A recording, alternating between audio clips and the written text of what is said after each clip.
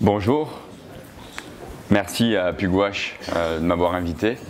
Je vais commencer par dire la même chose qu'Alain. Je ne suis pas juriste, ni avocat, ni expert du droit international. Je me considère comme militant activiste, mais je suis un des organisateurs donc, du tribunal Russell sur la Palestine. Et je suis là pour en parler puisqu'on a tenu une session extraordinaire il y a maintenant, je ne sais même plus, une semaine. Ça passe vite, une semaine. Et je viens parler du tribunal. Beaucoup de gens ici doivent connaître un peu l'historique du tribunal, mais je vais la rappeler en 2 minutes, parce que le tribunal Russell sur la Palestine n'est pas né de rien. Il est né d'une histoire de tribunaux populaires, tribunal des peuples.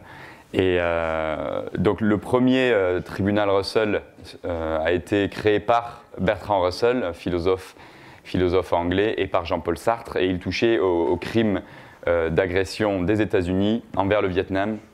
Et ça, c'était vers la fin des années. Bonjour. Vers la fin des années 60, 66, 67, où le tribunal donc, sur le Vietnam s'est penché sur le crime d'agression des États-Unis sur le peuple vietnamien. Il faut se rappeler à l'époque, on vit dans des époques complètement différentes. À l'époque, il n'y avait pas Twitter, il n'y avait pas Facebook, il n'y avait pas YouTube. On avait, je ne sais pas, 3-4 chaînes de télévision. Il était donc très difficile pour le peuple, on va dire, ou la société civile, de savoir ce qui se passait vraiment sur le terrain. Et donc c'était aussi un des rôles du tribunal à cette époque-là, de vraiment dire la vérité, parler la vérité, donner un espace au peuple vietnamien pour s'exprimer, puisqu'il n'avait aucun espace, en tout cas dans les médias. Il s'en est suivi dans les années 70, en 75, un tribunal, donc Russell, sur l'Amérique latine. Et là, c'était plus un crime d'agression sur un peuple extérieur, c'était un crime d'agression interne, puisque c'était les gouvernements militaires d'Amérique latine, que ce soit Pinochet ou Videla en Argentine, qui donc attaquaient leur propre peuple, ou les dissidents de leur propre peuple. Et ensuite, à partir de ce moment-là, il s'est créé le tribunal permanent des peuples. Ça, c'est la fondation Laïlo Basso, qui à partir de 77-78, je crois, a créé cette institution, le tribunal permanent des peuples, qui, à partir de la fin des années 70, a traité de sujets en Colombie, au Sri Lanka, en Indonésie, donc au Mexique, dans les Chiapas et dans bien d'autres endroits. Encore une fois, pour donner la parole aux sans-parole, en tout cas aux gens qui n'avaient pas accès aux médias qui sentaient que leur pouvoir politique ne s'intéressait pas à eux. Les peuples indigènes, les peuples en Colombie, c'était par rapport aux multinationales. Et donc il y a eu bien d'autres tribunaux de ce type qui ont existé depuis la fin des années 70.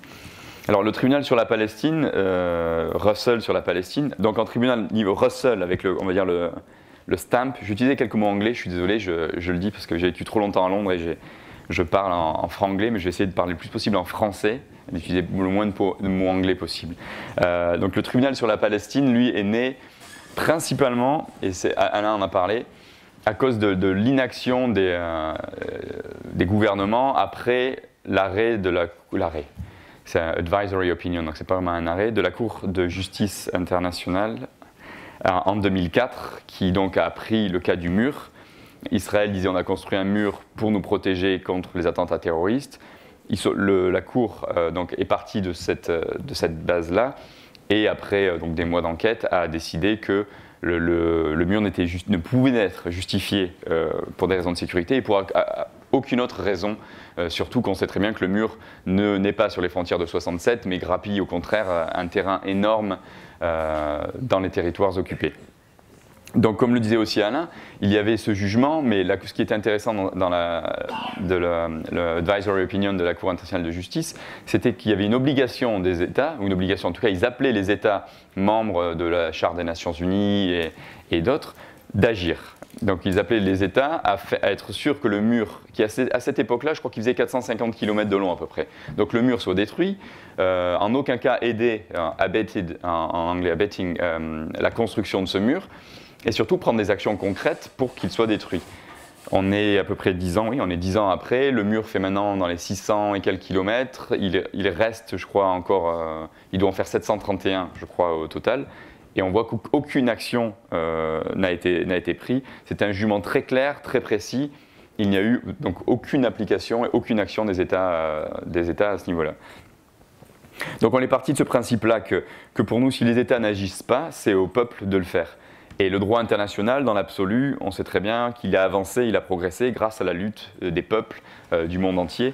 Ce ne sont pas nos dirigeants qui, du jour au lendemain, ont décidé que les femmes allaient... ça, je ne parle pas du droit international, mais vous savez, les avancées du droit, ça vient de lutte populaire, ça ne vient pas de l'élite.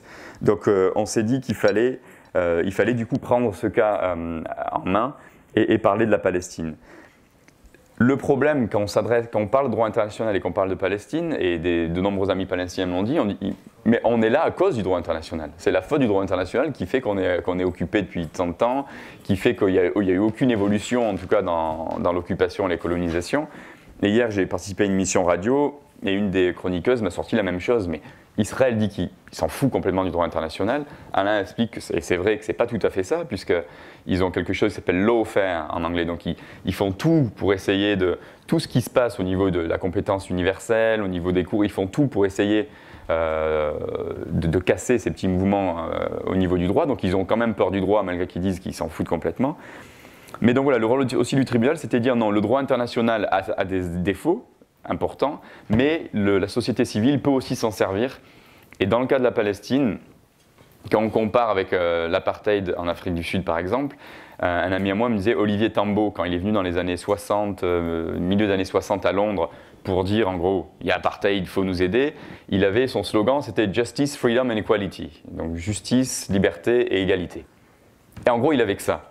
À cette époque, en 1966, il n'y avait aucune convention qui avait condamné l'apartheid, il n'y avait aucune résolution des Nations Unies qui avait condamné le gouvernement apartheid, et donc il y avait ce slogan.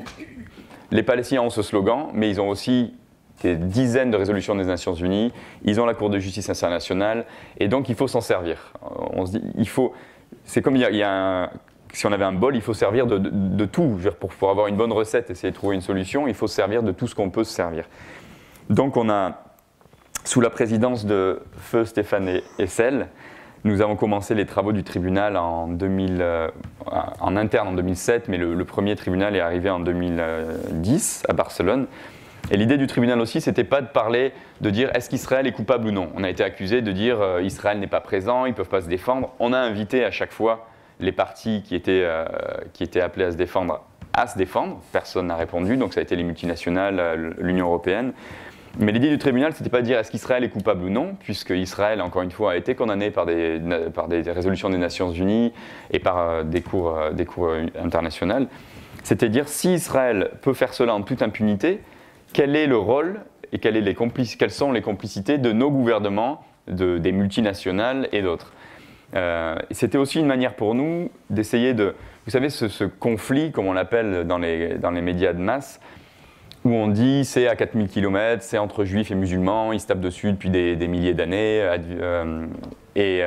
C'était pour essayer de faire comprendre aussi à la société civile et au peuple européen, états-unien et autres, que la question de la Palestine était vraiment globale et concernait chacun d'entre nous. Et je pense que la solidarité par rapport à la Palestine et le mouvement de solidarité qui est de plus en plus global ne pourra arriver à une victoire, entre guillemets, que si les gens comprennent la globalité du problème de la Palestine.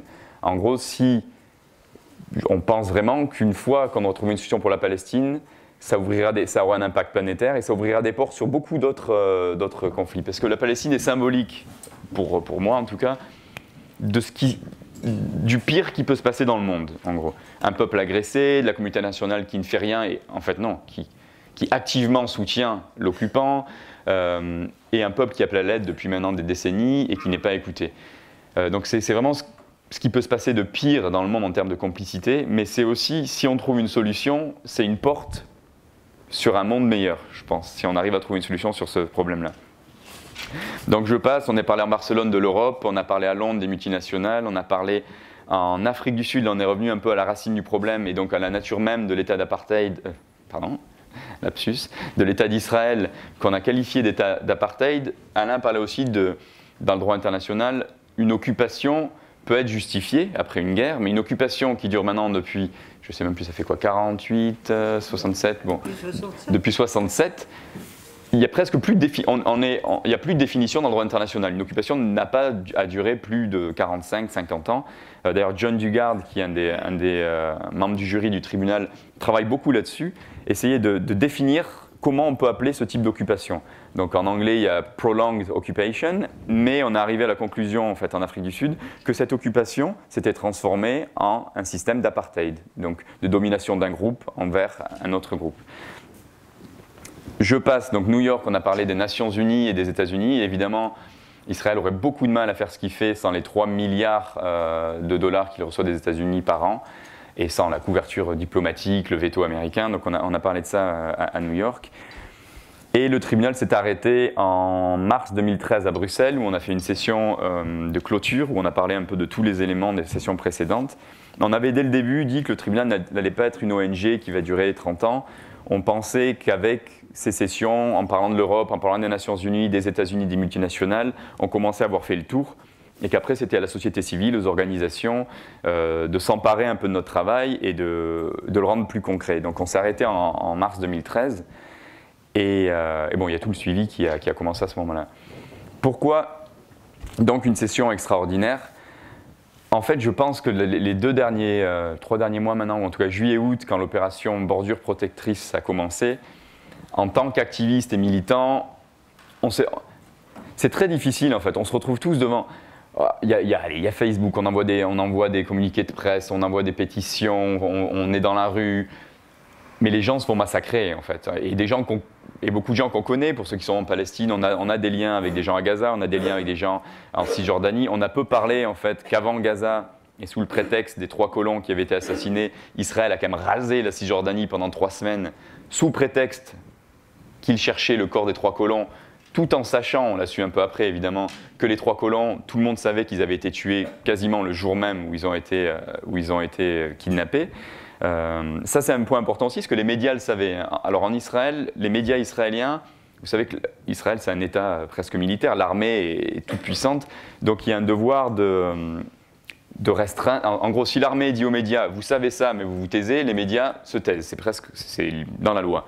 Les médias internationaux n'ont pas cette réserve à avoir. Pourtant, on sait très bien qu'il y a de grands médias internationaux qui ont su que les colons avaient été tués le jour même et qui ont joué le jeu aussi pendant des semaines en disant Israël cherche les corps des colons, etc. Donc avant Gaza, il y a quand même la Cisjordanie, Hébron en particulier qui a été vraiment rasé, des maisons détruites, des mineurs palestiniens assassinés, y compris par des snipers israéliens. Et donc on s'est retrouvé en tant qu'activiste à courir un peu partout, à être dehors, à envoyer des pétitions, à être sur Facebook, à être sur Twitter. Certains ont fait mieux parce qu'ils ont été beaucoup plus loin en occupant par exemple l'entreprise Elbit Systems, qui est une entreprise de fabrication d'armes israéliennes basée un peu partout, mais y compris au Royaume-Uni et en Australie. Donc des activistes sont montés sur le toit de l'entreprise, ils ont bloqué l'entreprise. En gros, pendant une semaine, ils n'ont pas pu fabriquer des armes, ce qui est positif. Il y a eu aussi un bateau israélien qui a été empêché de décharger son matériel aux États-Unis. Donc il y a eu des actions vraiment directes de la société civile. Et nous, au niveau du tribunal, on s'est retrouvés devant des chiffres effrayants et aberrants. Je les rappelle vite fait, 2188 morts, dont 1658 civils, plus de 11 000 blessés, 18 000 maisons détruites ou endommagées, 17 hôpitaux détruits sur 32. On s'est retrouvés sur des réactions, encore une fois, des gouvernements nauséabondes. C'était Hollande qui, le 9 juillet, donc un jour après l'attaque israélienne, a déclaré qu'il était complètement derrière Israël et que Netanyahou, Israël avait le droit de faire plus ou moins ce qu'il voulait pour arrêter ces roquettes du Hamas, etc. La plupart du temps, il y a toujours une petite phrase qui suit, mais on demande à Israël de ce concept de proportionnalité, etc. Là, Hollande n'est même pas allé jusque-là. Il a vraiment dit carte blanche, vas-y, amuse-toi, amusez-vous. Parce que quand on parle comme Alain de fourmis dans un bocal, c'est la situation de Gaza. On l'a même dit, si Israël voulait vraiment une guerre, je dis d'homme à homme, mais c'est très macho, d'homme à être, d'être humain à être humain, parce qu'il y a des femmes qui font la guerre aussi. Ils auraient pu ouvrir les frontières, laisser sortir les civils et après régler le compte aux soi-disant terroristes. Ils ne l'ont pas fait puisque c'est vraiment, avec l'aide de l'Égypte, évidemment complètement bloqué. Donc on s'est retrouvé devant ces chiffres, devant des images, parce qu'Israël n'a pas pu empêcher les médias d'être sur place, comme ils avaient fait durant Opération Plomb Durci, où à part certains journalistes indépendants, les grands médias avaient été sur les collines, vous savez, et filmé de loin. Là, les images étaient là, on a vu des images insoutenables et effroyables. Mais en fait, on parle souvent des chiffres, et le problème avec les chiffres, c'est qu'il y a une sensation de clôture. Vous savez, on parle de 2000 morts, on parle de 18 missions détruites, et c'est fini, on passe à autre chose. La réalité, évidemment, est bien pire. Je suis père de famille, je pense qu'il y en a beaucoup aussi, il y a des mères de famille, pardon, dans la salle. Un enfant de 6 ans à Gaza a connu déjà 4 guerres. Et il y a 370 000 enfants à Gaza. On sait que Gaza, c'est quasiment 50% de la population en moins de 16 ans. 370 000 enfants à Gaza qui ont besoin de soutien psychologique journalier. 370 000 enfants à Gaza, ça veut dire près de 12 millions d'enfants en France. Donc devant ces chiffres-là, j'en ai des frissons quand j'en parle, devant ces chiffres-là, où on s'effondre, il y a des gens qui s'effondrent et qui ne peuvent rien faire, où on hurle et on fait quelque chose en fait. Et le tribunal donc s'est dit, je me rappelle, c'était un samedi il y a quelques semaines, on s'est appelés tous en disant j'ai une idée, et moi aussi, et moi aussi, et moi aussi, John Dugard, Pierre Galland, moi-même, Richard Falk, et là c'était un peu la même idée, on va faire une session extraordinaire pour inviter tous ces gens qui étaient passés sur certains plateaux de télévision, sur certaines émissions, même en ligne, etc. Mais c'était l'idée de les réunir, c'était encore une fois de faire comprendre la gravité et la globalité de ce problème. Si on les entend un par un, c'est des témoignages un peu séparés. Si on les entend, si on voit la globalité et qu'on entend, nous on a eu je crois 15 ou 16 experts, y compris des experts du droit international, qui parlent petit à petit, on se rend compte de ce concept, de cette sorte de systématique et institutionnelle de cette guerre en fait, qui s'est passée sur place. Donc, je vais accélérer. Oui. Je pense toujours parler 10 minutes et je parle beaucoup trop. Alors, je pense que l'auditoire a aussi. Alors, je vais passer super vite. Donc, en gros, on voulait aller plus loin parce que le rôle du tribunal, c'est un tribunal des peuples, essayer de faire avancer le droit international, essayer de pousser un peu plus loin, comme on l'avait fait sur l'apartheid. On voulait parler de génocide, vu l'ampleur en fait, de l'attaque ce coup-ci. Encore un chiffre qui m'a choqué, il y a eu 50 tonnes de bombes qui sont tombées sur les Palestiniens durant l'opération Plan Durci, donc 50 tonnes. Lors de cette opération, il y en a eu 700 tonnes. Donc on voit une augmentation dans la violence effrayante en fait. Le jury qui est soutenu par des experts juridiques très très bien et très respectés, a conclu que le crime de génocide n'avait pas eu lieu. On sait, les experts le savent, il est très difficile de prouver un crime de génocide parce qu'il y a ce concept d'intention. Comment, on n'est pas dans la tête des gens, comment savoir ce concept d'intention? Donc c'est pour ça que le crime de génocide d'ailleurs a été, dans l'histoire c'est très peu arrivé. Mais on a conclu, après les témoignages, qu'il y avait eu un crime, qui est aussi un crime national, d'incitation au génocide. On a eu des témoignages de journalistes israéliens qui nous expliquent que la société israélienne, dans son ensemble, on parle des médias, on parle des membres du Knesset, on parle des gens sur Facebook, des gens sur Twitter, appellent ouvertement à l'extermination. En gros, le Hamas n'est pas l'ennemi, c'est le peuple tout entier palestinien qui est l'ennemi. Ça a été partout dans les réseaux sociaux, ça a été dans des membres du Knesset. Netanyahou a appelé cette guerre une guerre de revanche. Donc il y a ce sentiment, et le tribunal était là pour dire au monde, attention, comme une sorte de sonnette d'alarme, si on ne fait pas quelque chose maintenant, vu qu'Israël agit en toute impunité et que chaque guerre est plus violente que la précédente, on pourrait arriver, un jour ou un autre, au génocide. On a conclu qu'il y avait aussi le crime, donc des crimes de guerre avaient été commis, des crimes contre l'humanité et le crime de persécution. Pour arriver au crime de génocide, le crime de persécution, il y a juste un tout petit pas pour arriver au crime de génocide. Donc voilà, j'ai 2 minutes pour savoir, parce qu'en fait c'est bien d'avoir un tribunal, mais qu'est-ce qui se passe après, c'est plus important. Opération Casse-LED, on avait très peu d'éléments puisque les médias n'étaient pas là, Israël a fait un blackout sur tout ça. Sur cette opération-là, tout a été filmé, tout a été documenté. Donc les preuves sont là, si une cour veut se saisir du problème, si des cours, même nationales, veulent se saisir du problème, tout est là. Tout est là, on a tout. Donc pour nous, il y a la nouvelle commission des Nations Unies qui va enquêter par Gaza, ils n'ont sûrement pas accès, mais qui part avec William Chabas, commencer son travail. La question de la CPI, qui est vraiment très importante, c'est dans les mains de l'autorité palestinienne. On m'a aussi dit, mais ça peut-être que vous pourrez répondre, que c'est pas, la CPI pourrait quand même se saisir, mais on va en parler tout à l'heure, du dossier, même si les Palestiniens ne font pas une nouvelle demande, mais je ne suis pas juriste donc je ne pourrais pas vraiment argumenter ça.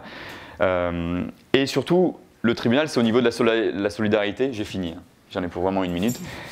La solidarité, je pense, on est à un pic de solidarité, au niveau de solidarité de société civile, à un pic au niveau du soutien au peuple palestinien. On a vu les manifestations dans la rue encore les 2 derniers mois. On a vu même les médias les plus conservateurs qui, quand même, à un moment, ils disaient bon, c'est vrai qu'il y a eu une sorte de massacre. On a donc des appels de plus en plus forts du peuple envers le gouvernement à agir. Le problème qu'on a dans la solidarité, les mouvements de solidarité, c'est pas que sur la Palestine, c'est comment créer un mouvement durable en fait. Parce qu'on l'a vu après Castled, il y a eu ce pic de solidarité, on l'a vu après le Mavi Marmara, il y a aussi ce pic de solidarité. Mais si on l'attrape pas et on le transforme en quelque chose de durable et de concret, ça a tendance à s'effondrer. Et puis, donc il faut éviter de faire ça, il faut maintenant se stabiliser à ce niveau-là. Parce qu'il est vraiment important, je pense, pour la question de la Palestine, qu'elle soit résolue et que justice soit faite, pour le futur de la civilisation humaine dans sa globalité. Voilà, merci. Désolé d'avoir une question.